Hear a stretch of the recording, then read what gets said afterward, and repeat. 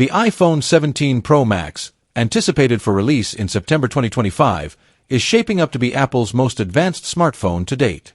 Expected to feature a 6.9-inch LTPO OLED display with 120 Hz ProMotion, it promises vibrant visuals and energy efficiency. Under the hood, the device is rumored to be powered by the A19 Pro chip, built on a 3nm process, offering enhanced performance and efficiency. Coupled with a vapor chamber cooling system, the iPhone 17 Pro Max aims to deliver sustained performance during intensive tasks like gaming and video editing. The camera system is set to include a 48MP primary sensor, ultra-wide lens, and a periscope lens for improved optical zoom capabilities, catering to photography enthusiasts.